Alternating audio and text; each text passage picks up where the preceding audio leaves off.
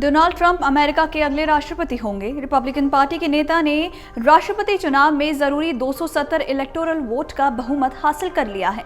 Trump ने democratic party की उम्मीदवार और उपराष्ट्रपति कमला हैरिस को हरा दिया है। डोनाल्ड ट्रंप दूसरी बार अमेरिका के सर्वोच्च पद पर पहुंचे हैं। वो अमेरिका के 47वें राष्ट्रपति पद की शपथ लेने वाले हैं। ट्रंप की ये जीत ऐतिहासिक मानी जा रही है। अपने पहले विजयी भाषण में उन्होंने घुसपैठ रोकने और सुधार करने की बात कही।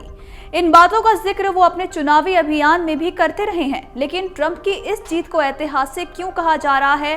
तो ऐसे कौन से मुद्दे थे, कारण थे जिनकी वजह से ट्रंप ने कमला हैरिस को पीछे छोड़ते हुए शानदार जीत हासिल करी? आइए जानते हैं आज के इस वीडियो में। दरअसल आपको बता दें कि 2016 में अमेरिका के 45वें राष्ट्रपति बने ट्रंप 2020 के चुनाव हार गए थे। ट्रंप से पहले बिल क्लिंटन, जॉर्ज बुश और बराक ओबामा तीनों ने लगातार 2 कार्यकाल पूरे किए थे। अमेरिका में ट्रंप से पहले 21 राष्ट्रपति ऐसे रहे जिन्होंने 2 बार देश के सर्वोच्च पद का चुनाव जीता था। इनमें से सिर्फ एक ही राष्ट्रपति ऐसे थे जो पहली बार राष्ट्रपति बनने के बाद अगले चुनाव में हार गए। तो वहीं 4 साल बाद तीसरी बार चुनाव लड़ा और जीतकर दूसरी बार राष्ट्रपति बने। ट्रंप से पहले ऐसा करने वाले इकलौते राष्ट्रपति का नाम ग्रोवर क्लीवलैंड था। ग्रोवर क्लीवलैंड एक चुनाव हारने के बाद 1892 में दोबारा राष्ट्रपति चुने गए थे। यानी अमेरिका के इतिहास में 132 साल बाद पहली बार पूर्व राष्ट्रपति एक चुनाव हारने के बाद दूसरे चुनाव में निर्वाचित हुआ है। अब 2020 की हार को डोनाल्ड ट्रंप ने कैसे जीत में बदला, ये भी एक बड़ा सवाल है, क्योंकि ट्रंप ने उपराष्ट्रपति कमला हैरिस को एक ऐसे चुनाव में हराया है जिसमें कई अप्रत्याशित घटनाक्रम देखने को मिले।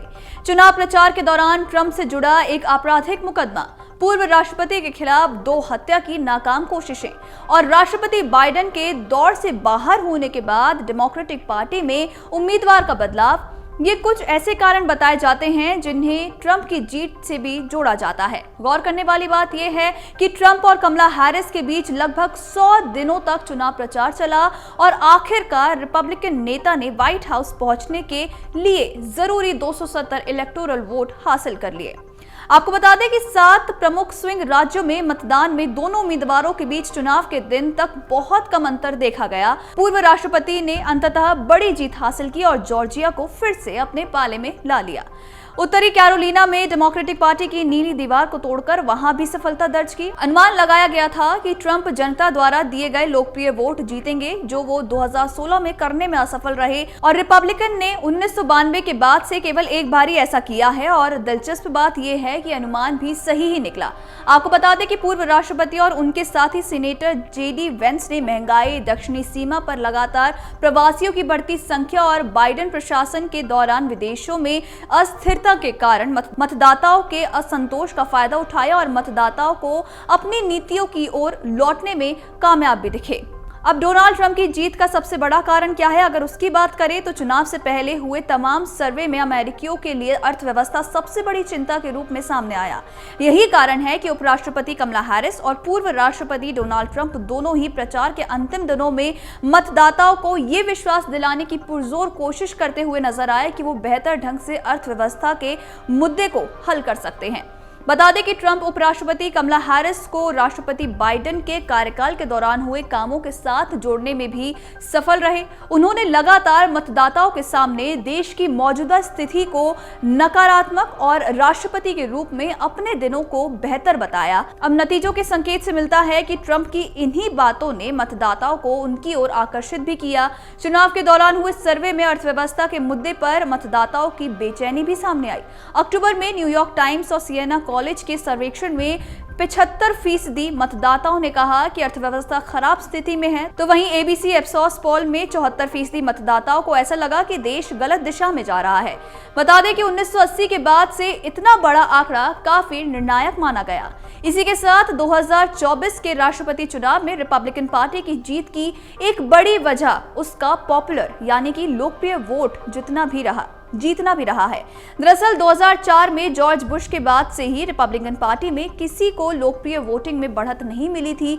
जॉर्ज बुश इलेक्टोरल कॉलेज में 286 इलेक्टोरल वोट जीतने में सफल रहे थे, तो वहीं दूसरी तरफ इस चुनाव में केरी सिर्फ 251 इलेक्टोरल कॉलेज वोट जीत पाए थे।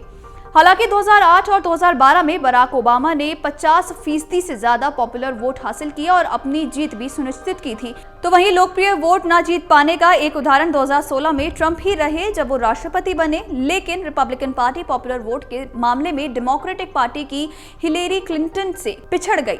हिलेरी को इस चुनाव में 48.2% पॉपुलर वोट मिले थे, जबकि ट्रंप को 46.1% लोकप्रिय मत हासिल हुए थे। हालांकि अलग सिस्टम की वजह से ट्रंप 304 इलेक्टोरल वोट हासिल करने में सफल हुए थे। अब जो ट्रंप की 4 साल के अंतराल के बाद जीत हुई है, तो उनके वापसी के बाद दुनिया की निगाहें अब उनकी नीतियों और निर्णयों पर टिकी हुई हैं। विशेषज्ञों की माने तो उनको लगता है कि ट्रंप पहले कार्यकाल की नीतियों पर ही डटे रहे तो भारत और अमेरिका के बीच सामरिक और रणनीतिक भागीदारी बढ़ सकती है। नए राष्ट्रपति के रूप में ट्रंप का लक्ष्य एशिया प्रशांत क्षेत्र के साथ एशिया में चीनी प्रभुत्व पर लगाम कसने के लिए क्वाड को न सिर्फ मजबूती मिलेगी, बल्कि अमेरिका बहुत हद तक भारत पर निर्भर रहेगा। अगर आप ये वीडियो YouTube पर देख रहे हैं तो हमारे चैनल को सब्सक्राइब कर बेल आइकन दबाएं और Facebook पर देख रहे हैं तो हमारे पेज को लाइक करें। 8 मिलियन प्लस सब्सक्राइबर, आपके इस भरोसे के लिए बहुत धन्यवाद।